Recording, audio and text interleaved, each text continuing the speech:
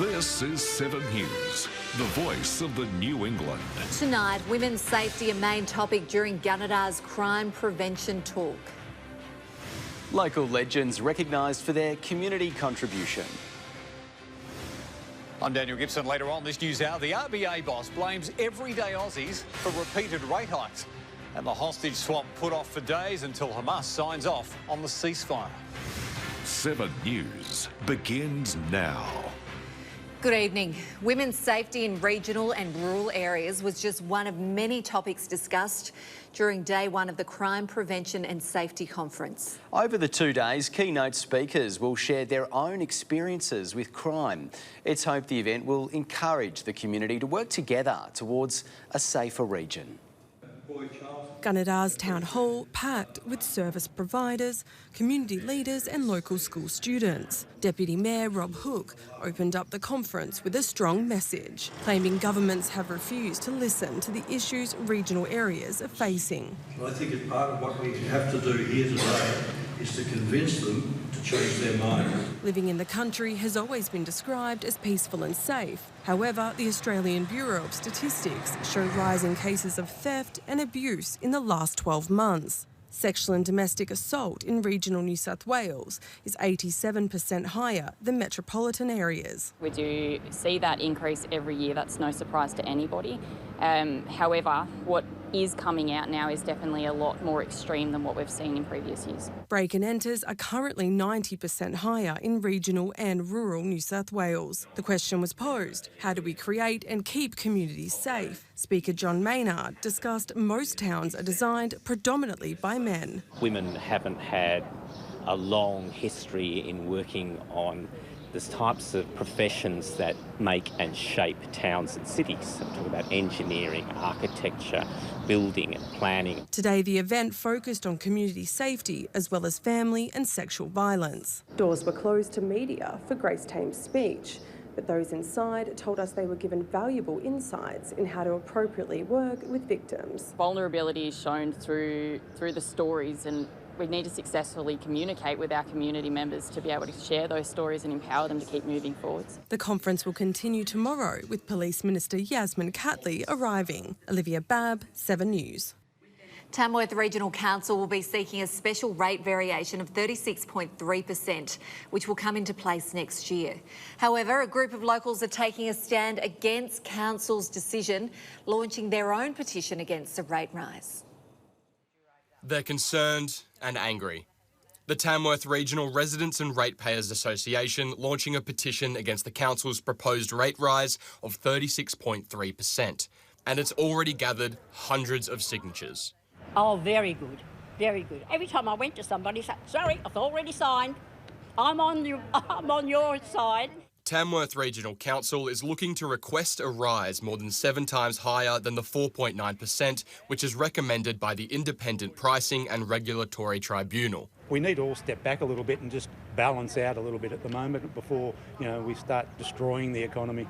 It's a major blow for many residents, already struggling in the midst of a cost of living crisis. The association is concerned the focus on large infrastructure projects in Tamworth is having a detrimental impact on surrounding towns and villages.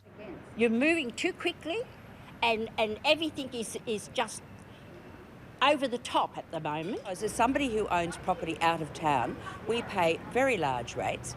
Residents are encouraged to attend the council meeting next Tuesday to voice their concerns. Look after the people. The people here in town, not only in this town, but in every town, they're suffering. Tamworth Regional Council told 7 News they will provide more information to the community during the meeting. Rex Quayle, 7 News. Local farmers gathered in Tamworth today for an educational forum on agtech. It comes at a time when tensions are running high due to those dry conditions, but this type of new technology could help with their farming practices.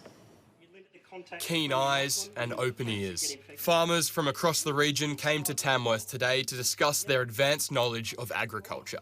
Where the plant can still get infected in the base, but it limits, the expression of whiteheads. It keeps the vascular system open for longer. Our mission is to make sure that our food and agriculture system is really fit for purpose and fit for the future. Agricultural technology company Farmers to Founders launched the Activate Regional Innovation Series, designed to bring together experts to maintain the future of the industry. So today's really all about trying to solve problems in agriculture with innovation and technology, and that's what our Activate series is all about. This is the kick-off of that series, which will run into next year and across various different regions in Australia. Another important issue for Farmers to Founders is increasing the visibility of women in agriculture. In 2016, 32% of Australia's agricultural workforce was female, a number that's grown to over 50%. I'm not saying women are better or worse than men at this, but I think they bring a different perspective. Female founders are not being encouraged. They're not being supported. It probably goes back to girls not being encouraged to do STEM-based subjects in schools. In the midst of El Nino, forums like these can inform farmers on new technology that can help them face tough conditions. According to the National Farmers Federation, 88% of Australian farmers have been significantly impacted by natural disasters over the past 5 years. How do we make sure that our farmers are drought resilient? And what are the technologies that are going to help them face those challenges in the future? Rex Quayle, 7 News. COVID-19 cases have been rising across the state and in our own region, sparking renewed calls about what should be done to reduce infection in the community. Locals are encouraged to get their boosters if they're eligible as the festive season creeps closer. It's the 8th wave of COVID since the deadly disease hit our shores. Local GPs saying they've seen a recent increase in people presenting with COVID-like symptoms. So we're starting to see an increase in COVID cases detected. We're starting to see an increased number of people presenting with symptoms that could be COVID. There's no better time to think about how you can prevent getting ill as cases start to rise again. Numbers going up is something most healthcare professionals think will happen as family and friends come together for the holidays. So it's no surprise as we get people into small contained environments without masks that we're seeing the transmission again of respiratory viruses, and in this case particularly COVID. Health professionals have identified a new variant of the disease, but symptoms seem to be much the same and there's things you can do to prevent spreading it. If you're unwell with a respiratory or another illness, please stay home. If you're in a closed environment and you have symptoms or you think that you've been in contact with someone who has symptoms, please consider wearing a mask. Locals are also encouraged to get regular booster vaccines every 6 months, which can be done at your GP or pharmacist. With the current recommendations from the government and ATAGI to basically jump in and get another booster, it's a great time pre-Christmas before people look at going away for holidays to get in and make sure that you're up to date with your vaccinations. Hugh Pearson, 7 News. New COVID-19 vaccinations which target common variants of the virus will be available from next month. It comes after advice from the Australian Technical Advisory Group on immunisations. The federal government has decided to approve some new vaccines which help with Omicron variants. Authorities warn only about a quarter of vulnerable Australians have had their 2023 booster shots. An aged care worker is striding it out through the month of November for stroke awareness. The campaign, Stride for Stroke, encourages Aussies to be active with reports that up to 80% of strokes are preventable. Striding for a good cause. We love all our residents so much, so I just wanted to try and give something back. Natalie Payne is stepping up and striding out, raising funds and awareness for the Stroke Foundation, a cause close to her heart. Stroke affects so many of my residents, whether it be friends and family or them themselves. It can take people so quickly. If I were 40 years younger, I'd be doing it myself. It's just wonderful that she's using the joy of the people that she's known who have tried so hard with their stroke. Great-grandmother Rowena Gins is a stroke survivor herself, but also lost her husband Bill to the condition 12 months ago. And his stroke was just like that. And it isn't until you can't do something that you suddenly realise, goodness me, this makes an enormous difference. The message behind the Stride for Stroke campaign is all too important, not only for residents at the facility, but also for the wider community. It can be older people, but it can take young people so much as well. Raising the awareness to recognise the signs and symptoms, Ms Gins says, can be life-saving. And do what you can while you can. And I think that's the important thing. able to bring joy to others too, and that's really the object of living. You can visit the Stroke Foundation website to donate. Claire Sienta, 7 News. Well, Kirsty joins us now with a look at today's weather. And Kirsty, it was muggy out there with plenty of rain around too. Yeah, that's right, Maddie and Nick. Hello to you both. Good evening, everyone. A very humid conditions this morning. In fact, right across the day with that moisture in our atmosphere. Showers arrived around 11 a.m. with a millimetre for Narrabri, Bulga and Barraba, also picking up showers this morning. Our temperatures today sat around the low 20s in the east and the low 30s in the west under grey and overcast skies. That's despite our UV rating reaching an extreme level today. Winds also swinging out of the northeast and the southeast. Some heavy downpours hit Tamworth at around 5 p.m. Just 4 millimetres of rain in half an hour. Now, there are storms around tonight. That's ahead of showers again tomorrow. I'll take a look at our Friday and weekend forecast very shortly. Friday and weekend sounds good. Thanks, Kirsty. Still to come in 7 News, thousands of free TAFE courses up for grabs. And local legends celebrated for their outstanding community contribution. And a little later on this news hour, inflation now homegrown. Why the RBA boss says a haircut and a trip to the dentist is to blame. Delays for the exchange of Palestinian prisoners and Israeli hostages. And 2 people killed in an explosion after a car loses control at the US-Canada border.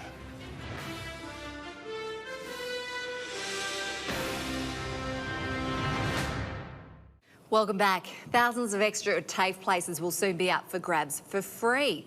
It's hoped the no-cost tertiary courses will help fill critical skill shortages in healthcare, hospitality and construction. If you're a New South Wales resident wanting to train, retrain or upskill, your time is now. This is absolutely critical. What it means is it provides access for our learners without having those financial barriers. The Albanese and Minns governments have announced an additional 147,400 tuition-free study opportunities at TAFE for the next 3 years, made possible with $130 million of Commonwealth government funding. Focusing in on the key priorities for our state, it's enabling our learners to gain new skills that are critical for the workforce now and into the future. It builds on the success of fee-free TAFE this year. As of June 30th, the freebies attracted record enrolments across New South Wales. There were more than 20,700 enrolments in the care sector alone, and Ms Rowe is one of them. I've been loving it. It is a complete 360 from what I've done previously. I cannot rate my teachers enough.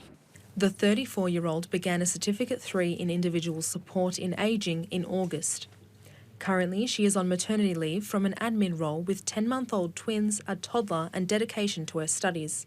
When it comes to education and empowering people to pursue careers, waiving that fee is the biggest step up they can get.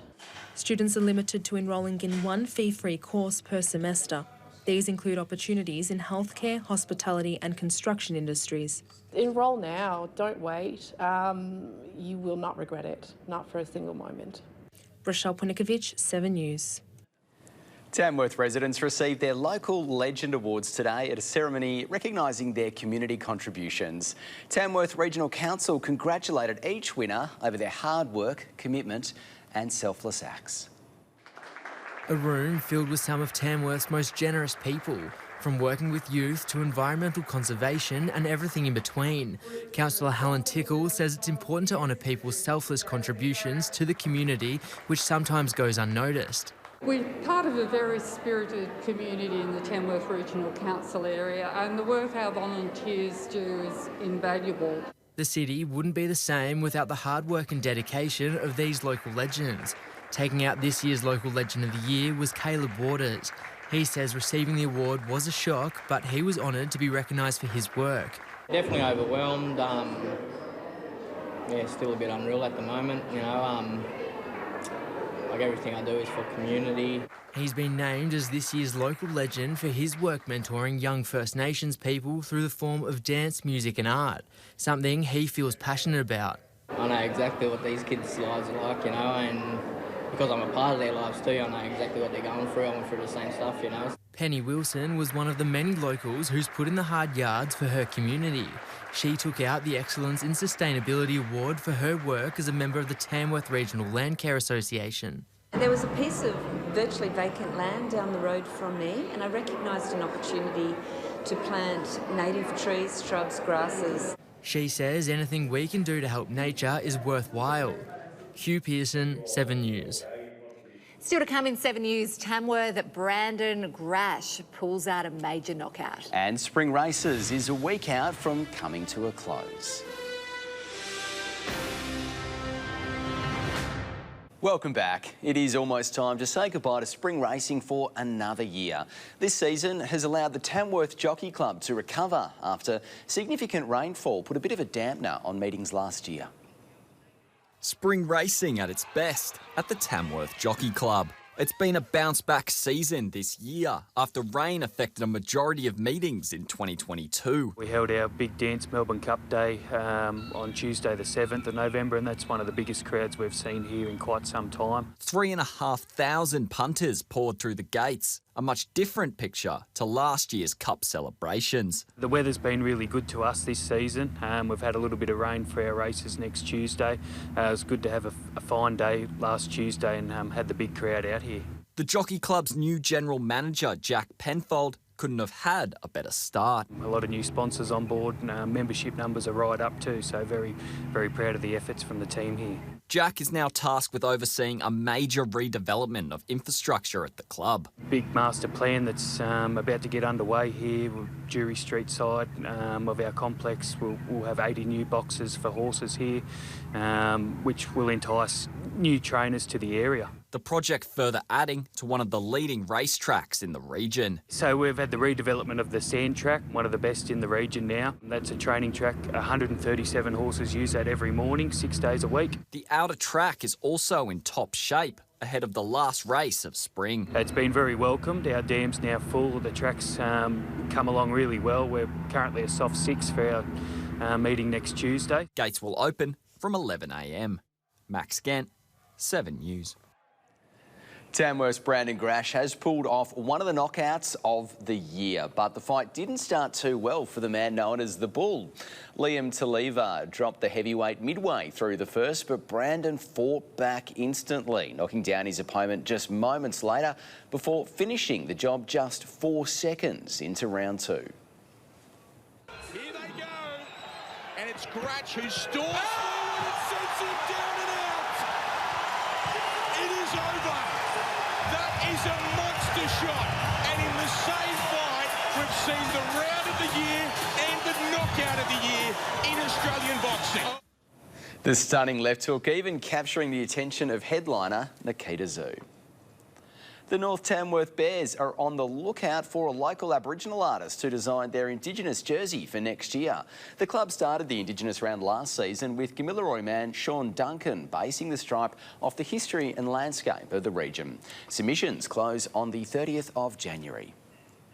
There's been a changing of the guard at the Dungowan Cowboys. Jack Cameron will take over as coach in 2024. Jack stepping into the role to replace player coach Brett Jarrett, who resigned at the end of last year. Preparations have now begun for next season, with the Cowboys looking to return to form after a disappointing end to their campaign in July. Up next in 7 News, Kirsty is back and she's got your local weather forecast. That's next.